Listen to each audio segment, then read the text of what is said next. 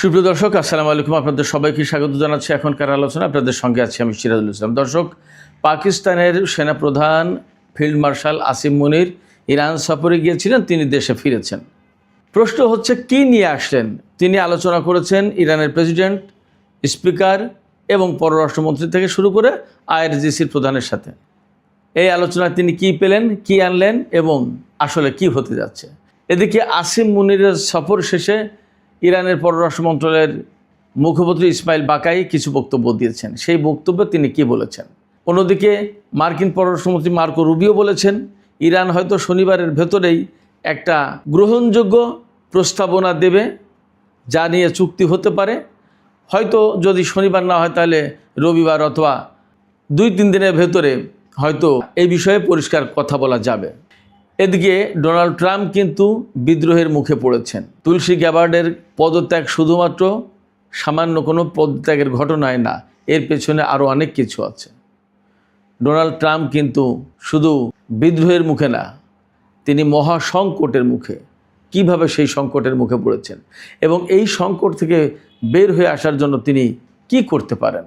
আসিম মুনিরের এই সফর আসলে কি কোনো শান্তির পথ দেখাবে, যে পথে হেঁটে দুই পক্ষ একটা চুক্তি করতে পারে, যে চুক্তির কারণে যুদ্ধ, বিগ্রহ সমস্ত সব কিছু বন্ধ হবে এবং সত্যিকার অর্থে একটা শান্তির পথ রচিত হবে?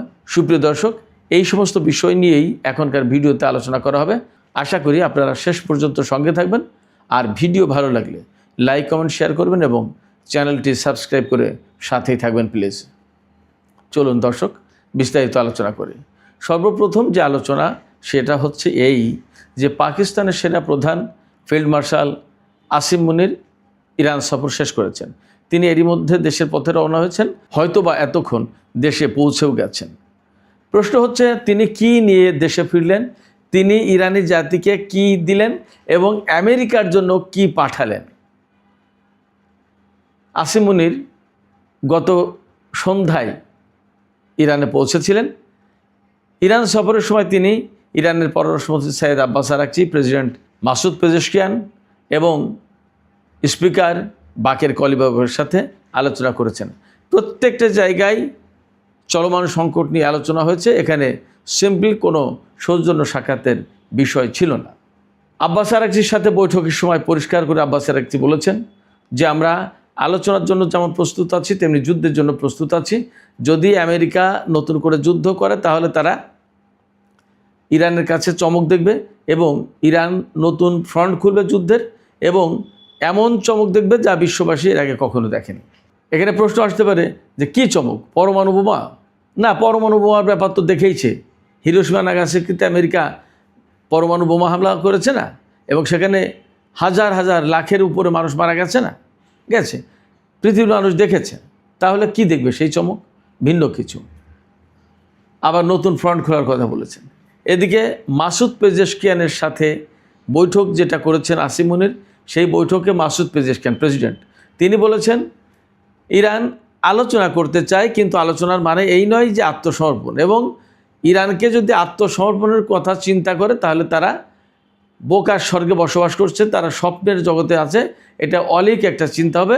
ইরান কখনো ন্যাশনাল ইন্টারেস্ট অর্থাৎ জাতীয় স্বার্থ ছেড়ে কারোর কাছে আত্মসমর্পণ করবে না, কারোর সাথে আপোষ করবে না।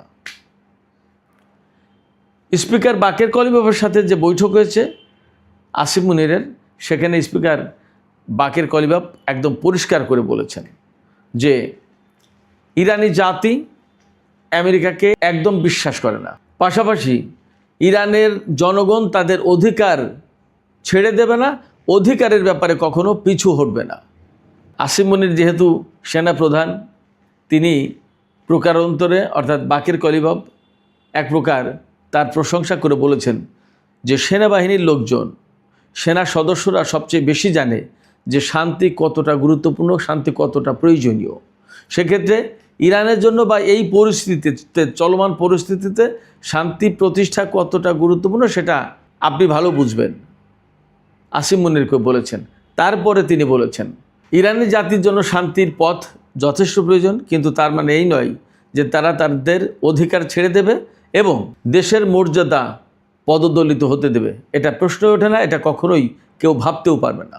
এখানে খুব ইন্টারেস্টিংলি বলেছেন বাকের কলিবাব, যুদ্ধবিরতির সময় হরমুজ প্রণালীতে আমেরিকা ব্লকেট তৈরি করলো। তার মানে কি, যুদ্ধবিরতি যখন চলছে তখন ব্লকেট তৈরি করা মানে তো যুদ্ধবিরতি লঙ্ঘন করা। যুদ্ধবিরতি মানে দুই পক্ষ একে অপরের প্রতি শান্তিপূর্ণ সহাবস্থান করবে, ব্যাপারটা তো এরকম। তাই সেই জায়গায় ইরানের উপরে ব্লকেট চাপিয়ে দিয়েছে আমেরিকা। এই কথা উল্লেখ করে বাকের কলিবাব বলেছেন, যখন যুদ্ধবিরতি চলছে তখন আমেরিকা আমাদের উপরে ব্লকেট দিয়ে সেইটা এখন আলোচনার মাধ্যমে আমাদের উপর থেকে তুলে নেওয়ার কথা বলছে, এইটা আলোচনার বিষয়বস্তু বানাচ্ছে। আপনারা নিশ্চয়ই বুঝতে পেরেছেন যে এই কথাটার মানে কি। এই কথাটার মানে হচ্ছে যে এই ব্লকেট আমাদের উপর দেওয়ার তো কোনো যুক্তিই নেই। হরমুজ প্রণালী কেন্দ্রিক যে সংকট তার সমাধানের একটা ইস্যু বানাচ্ছে, এটা তো কোনো ইস্যু হওয়ারই কথা না। সবচেয়ে বড় কথা ইরানের পক্ষ থেকে যে কথা বলা হচ্ছে একদম পরিষ্কার করে, সেটা হচ্ছে এই যে হরমুজ প্রণালীর ইরানের সাথে আলোচনা হতে পারে ওমানের এবং এই প্রতিবেশী দেশ, এই জলসীমায় যারা বসবাস করে তাদের সাথে আলোচনা হতে পারে। এখানে আমেরিকা তো কোনো পক্ষ নয়, আমেরিকা তো কোনো পার্টি না। এখানে আমেরিকা কি?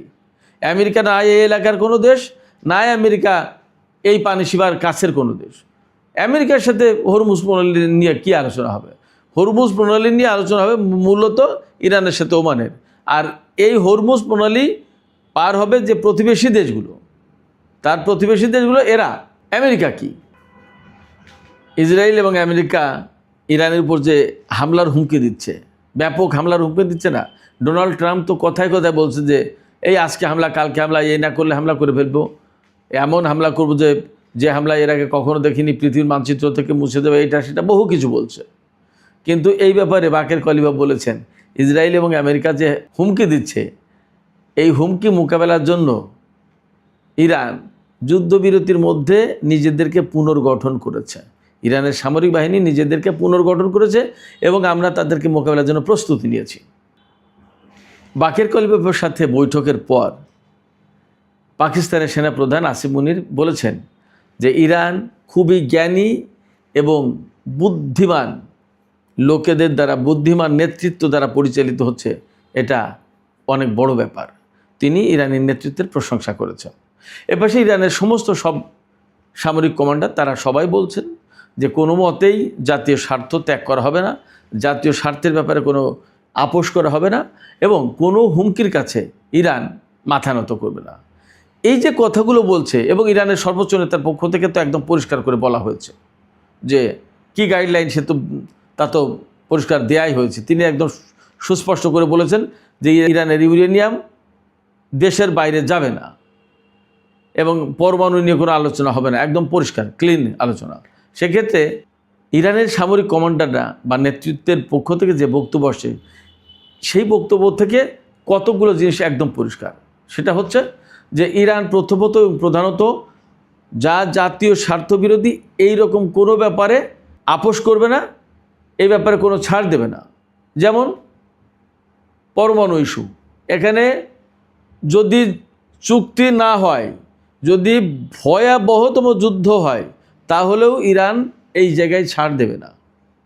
হ্যাঁ, কি হতে পারে? ধরুন ইরান বড়জোর মানতে পারে হয়তো সেই আগের 2015 সালে যে চুক্তি হয়েছিল 3.6 মাত্রার ইউরেনিয়াম এনরিচ করার অধিকার থাকবে, ইরানের সব পরমাণু কর্মসূচি ঠিকঠাক থাকবে, ইরানের সমৃদ্ধ ইউরেনিয়াম দেশের বাইরে পাঠাবে না, এই সমস্ত কথা থাকতে পারে, এইগুলো মানতে পারে। কিন্তু পরমাণু কর্মসূচি থাকতেই পারবে না, ইউরেনিয়াম দিয়ে দিতে হবে, ইউরেনিয়াম এনরিচ করা যাবে না, এই সমস্ত মানবে না। এই যে মানবে না এবং শক্ত অবস্থানে, এর মূল জায়গাটা কোথায়? ইরান কোন শক্তির বলে এই রকমের শক্ত কথা বলতে পারছে? দেখেন, আমি কতগুলো বিষয় আমি আপনাদেরকে একদম খুলে পরিষ্কার করে বলি। যেখানে আমেরিকা 3-4 দিনের ভেতরে ইরানের সরকার পরিবর্তন করে একদম নতুন সরকার প্রতিষ্ঠা করে সব একদম হাত মুখ ধুয়ে পরিষ্কার পরিচ্ছন্ন হয়ে নিরিবিলি আরামে ঘুরে বেড়াবে, চীন সফরে যাবে, ডোনাল্ড ট্রাম্পের প্ল্যান তো এই ছিল। কিন্তু সেই জায়গায় কিছু হয়েছে? হয়তো ইরানের সর্বোচ্চ নেতা থেকে শুরু করে বেশ কিছু গুরুত্বপূর্ণ নেতা, মন্ত্রী, কর্মকর্তা তাদেরকে হত্যা করা গেছে, কিন্তু সরকার পরিবর্তন করতে পেরেছে? পারেনি। পরমাণু কর্মসূচি বন্ধ করতে পেরেছে? পারেনি। ক্ষেপণাস্ত্র কর্মসূচি বন্ধ করতে পেরেছে? পারেনি। তারপরে সমৃদ্ধ ইউরেনিয়াম ইরানের কাছ থেকে ছিনিয়ে নিতে পেরেছে? পারেনি। এরপরে হরমুজ প্রণালী পরবর্তীতে এসে যে সংকট তৈরি হয়েছে, সেই হরমুজ প্রণালীতে ইরান যে শক্ত অবস্থান নিয়েছে, যে নিয়ন্ত্রণ নিজেদের হাতে নিয়েছে এবং ট্রোলিং সিস্টেম করেছে, এর কোনোটা বাদ দিতে পেরেছে বা বানচাল করতে, নস্যাৎ করতে পেরেছে? আমেরিকা পারেনি। এরপরে ইরানের জনগণকে ইরানের সরকারের বিরুদ্ধে নতুন করে আর বিক্ষোভে নামাতে পেরেছে? পারেনি। বরং কি হয়েছে? বরং হয়েছে ইরানের সর্বোচ্চ নেতা দুনিয়া থেকে বিদায় হয়েছে, আর একজন সর্বোচ্চ নেতা প্রতিষ্ঠিত হয়েছে। ইরানের জনগণ টুকটাক বিক্ষোভ করছিল সরকারের বিরুদ্ধে তাদের সমস্যার সমাধানের দাবি জানিয়ে। এখন সেই সমস্ত বিক্ষোভ বাদ দিয়ে আমেরিকা ইসরায়েলের বিরুদ্ধে প্রতিদিন বিক্ষোভ করছে। সেই যুদ্ধ শুরু থেকে আজ পর্যন্ত প্রত্যেক রাতে ইরানের বিভিন্ন শহরে রাস্তায় রাস্তায় লোকজন বিক্ষোভ করে এবং তারা জাগরুক রয়েছে। শত্রুর আগ্রাসনের মুখে এই কথা তারা জানান দিচ্ছে। এরপরে ইরানের পরমাণু কর্মসূচি বন্ধ হয়নি, ইরানের ক্ষেপণাস্ত্র কর্মসূচি বন্ধ হয়নি, ইরানের ক্ষেপণাস্ত্র কর্মসূচি নিয়ে কোনো আপোষ রফা করেনি। ইরানের সমৃদ্ধ ইউরেনিয়াম ইরান কারোর হাতে দিয়ে দেয়নি, ছিনিয়ে নিতে এসেছিল, অপমানজনকভাবে মার খেয়ে পালিয়েছে আমেরিকার সেনারা। তারপরে ইসরায়েল এবং আমেরিকা যে ইরানের বিরুদ্ধে চরম হামলা করে তছনছ করে দিতে চেয়েছিল, সেই জায়গায় ইরানের পাশাপাশি ইসরায়েল এবং আমেরিকাও তো কম ক্ষতিগ্রস্ত হয়নি। আঞ্চলিক সমস্ত ঘাঁটি আমেরিকা সব ধ্বংস হয়ে গেছে। বিমান শক্তি মারাত্মক রকমের চ্যালেঞ্জের মুখে পড়েছে। প্রযুক্তি, আমেরিকার প্রযুক্তি সারা বিশ্বে এখন প্রশ্নের মুখে পড়েছে। আমেরিকার সামরিক শক্তি ভয়ঙ্করভাবে মার খেয়েছে এবং লজ্জায় মাথা নিচু করতে বাধ্য হয়েছে ইরানের সামরিক শক্তির কাছে। এরপরে ইরানের নৌশক্তি, বিমান শক্তি, ক্ষেপণাস্ত্র সব ধ্বংস করে দেওয়ার কথা দাবি করেছিল ডোনাল্ড ট্রাম্প। দেখা যাচ্ছে এখন সবই ঠিক আছে। নট অনলি দ্যাট, সবাই বলেছিল ইরানের বিমান শক্তি একদম নেই, খুবই দুর্বল, অথচ সেই পুরনো F-5 মডেলের বিমান দিয়ে কুয়েতে মার্কিন ঘাঁটি কীভাবে তছনছ করেছে সেটা আমেরিকার গণমাধ্যমই বলছে। বাট ওই F-5 কিন্তু আসলে F-5 এর ডিজাইনটা F-5, কিন্তু ভিতরের জিনিস F-5 না, ওটা সর্বাধুনিক প্রযুক্তির বিমান ইরান বানিয়েছে। কোথায় পেয়েছে এই বিমান? কোথা থেকে বানালো? এই বিমান পেয়েছে সেই আমেরিকার কাছ থেকে কেনা বিমান, পুরনো বিমান, তাকে ঢেলে সাজিয়েছে, রিভার্স ইঞ্জিনিয়ারিং করেছে। বছরের পর বছর গবেষণা করে করে করে করে এখন রিভার্স ইঞ্জিনিয়ারিং করেছে। এখন প্রশ্ন হচ্ছে, এই F-5, F-4 টমক্যাট এইরকম মডেলের বিমান এবং F-14 কয়েকশো বিমান ছিল ইরানের হাতে, আমেরিকার থেকে কেনা। সেই বিমানের কতগুলো এখন ইরান ব্যবহার করে তাও তো কেউ জানে না। সেগুলো তো রিভার্স ইঞ্জিনিয়ারিং করে দেখা যায় সেই F-5 এর মডেল, দেখা যায় F-4 টমক্যাট বা F-14 ফ্যান্টম, এগুলো দেখা যায়, চেহারায় দেখা যায়, কিন্তু ভিতর দিয়ে সব পাল্টে দিয়েছে। খাঁচাটা, আবরণটা রেখেছে, ভেতরে সমস্ত মালামাল পরিবর্তন হয়ে গেছে। কেউ জানেও না যে ইরানের বিমান শক্তি এইভাবে ভিতর থেকে বদলে গেছে। যেভাবে বদলে গেছে ইরানের টোটাল সামরিক শক্তি, যেভাবে ডেভেলপ করেছে ইরানের ক্ষেপণাস্ত্র এবং ড্রোন শক্তি, একইভাবে বিমান শক্তিকে পাল্টে দিয়েছে, কেউ ধারণাও করতে পারেনি। এবং নতুন করে যুদ্ধ হলে যে কোন পরিস্থিতির মুখে পড়বে আমেরিকা এবং ইসরায়েল, নোবডি নোজ। আমি শিওর না, বাট এটা পরিষ্কার করে বলতে পারি, যথেষ্ট জোর দিয়ে বলতে পারি, ভয়াবহ প্রতিরোধের মুখে পড়বে। শুধু প্রতিরোধ না, এবার পরিস্থিতি ভিন্ন হবে। আমেরিকা এবং ইসরায়েল কল্পনাও করতে পারছে না কতটা ভয়ঙ্কর পাল্টা প্রতিশোধের মুখে, পাল্টা হামলার মুখে পড়বে। এগুলো মোটেই বাড়িয়ে বলা না। ইরানের হাতে কিছু আছে বলেই বারবার বলছে আমরা আলোচনার জন্য প্রস্তুত, আমরা যুদ্ধের জন্য প্রস্তুত। এবং যুদ্ধ যদি হয় তাহলে এবার ভয়াবহ রকমের পাল্টা হামলা চালানো হবে এবং তাদের জন্য মারাত্মক রকমের সারপ্রাইজ অপেক্ষা করছে। ইরানের জনগণের ভেতর যে ঐক্য গড়ে উঠেছে, আমেরিকা এবং ইসরায়েল যদি হামলা না চালাতো তাহলে এই ঐক্য হয়তো গড়ে উঠতো না। সেক্ষেত্রে আমি বলি, ইরানের উপর আমেরিকা নিষেধাজ্ঞা চাপিয়ে দিয়ে যেমন ইরানকে স্বয়ংসম্পূর্ণ স্বাবলম্বী হওয়ার পথ দেখিয়ে দিয়েছে, তেমনি এই যুদ্ধ চাপিয়ে দিয়ে ইসরায়েল এবং আমেরিকা ইরানকে প্রতিরোধ করার যুদ্ধ করে কিভাবে শত্রুকে পরাজিত করতে হয়, কিভাবে শত্রুকে নাস্তানাবুদ করতে হয়, সেই পথ দেখিয়ে দিয়েছে। ইরান এখন সেই পথে হাঁটতে সহজেই পারবে। পশ্চিমা গণমাধ্যম বা পশ্চিমা বিশ্লেষকরা এই পরিস্থিতিতে একটা গ্যাপ রেখে একটা কথা বলে, আমি আপনাদেরকে বলি, খেয়াল করুন। পশ্চিমা বিশ্লেষকরা বেশিরভাগই বলছে যে ইরান বড় বড় নেতাদের হারিয়েছে, সর্বোচ্চ নেতাকে হারিয়েছে, তারপরেও টিকে আছে, এটাই তাদের জন্য বড় সফলতা। নো নো নো, এটা বড় সফলতা না। ইরানের জন্য সবচেয়ে বড় সফলতা হচ্ছে ইরানের সরকার পরিবর্তন হয়নি, তা তো বটেই, পাশাপাশি আমেরিকা এবং ইসরায়েলের মতো একটা বৃহৎ শক্তি যারা পৃথিবীকে শাসন করে, সেই পৃথিবীকে শাসন করা শক্তিকে যেভাবে নাকানি চুবানি খেয়েছে, এবং এখন 3 মাস হতে চললো প্রায়, এখনও কোনো যুদ্ধের ফায়সালা করতে পারলো না, ইরানকে পরাজিত করতে পারলো না, ইরানকে আত্মসমর্পণ করতে পারলো না, ইরানের সাথে কোনো চুক্তি করতে পারলো না, ইরানকে কোনো চুক্তি মেনে নিতে বাধ্য করতে পারলো না। এটাই বড় সফলতা। আমেরিকার যে F-35, এই F-35 বিমান এর আগে কোথাও আঘাতপ্রাপ্ত হয়েছে? F-15 কেউ ভূপাতিত করতে পেরেছে? অ্যাওয়াক্স এতগুলো 7টা refuelling tanker, 135 KC-135 refuelling tanker, এত কিছু ধ্বংস হয়েছে। এই যে গতকালকে যে ইসরায়েলের ক্ষয়ক্ষতির যে একটা স্যাটেলাইট ইমেজ প্রকাশ করেছে, এটা তো অনেক চাপিয়ে চুপিয়ে কম সম করে, বাস্তবতা কি অনেক কিছু। এগুলো কেউ ভাবতেও পেরেছিল, কল্পনাও করতে পেরেছিল? পারেনি।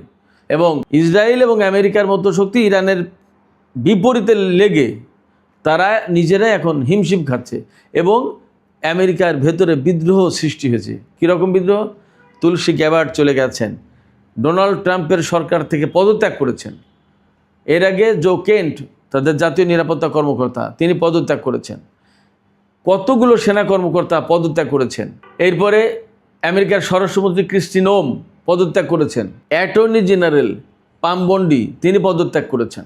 আমেরিকার শ্রমমন্ত্রী লরি স্যাভেজ ডিরেমার, তিনি পদত্যাগ করেছেন।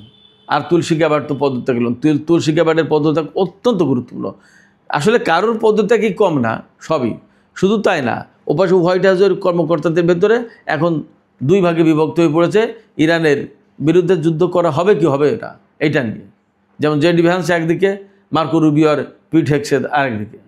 তেমনি এই যুদ্ধের ব্যাপারে যাতে ইরানের উপর আর হামলা চালাতে না পারে, সেই জন্য খোদ রিপাবলিকান দলের 4 জন সদস্য সিনেটর ডোনাল্ড ট্রাম্পের বিরুদ্ধে ভোট দিয়েছেন, এবং সিনেটে প্রস্তাব পাশ হয়েছে ডোনাল্ড ট্রাম্প আর ইরানের বিরুদ্ধে যুদ্ধ করতে পারবে না কংগ্রেসের অনুমতি না নিয়ে।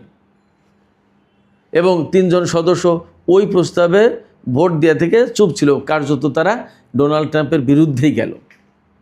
আর এখন কংগ্রেসের নিম্ন কক্ষ হাউস অফ রিপ্রেজেন্টেটিভ, যেটা প্রতিনিধি পরিষদ, সেখানেও ভোটাভুটি হবে। গতকাল ভোটাভুটি হওয়ার কথা ছিল, কিন্তু হেরে যাবে বলে সেই ভোটাভুটি আপাতত স্থগিত করে জুন মাসে নিয়ে গেছে। তার মানে কি? ডোনাল্ড ট্রাম্প যে জিদ করে বসে আছে, তিনি কোনো পরাজয় মেনে নিতে চান না। ইরানের সামনে যে পরাজিত হয়েছে বা পরাজিত হতে যাচ্ছে, বা তিনি ইরানকে পরাজিত করতে পারেননি, এই কথা মানতে চান না।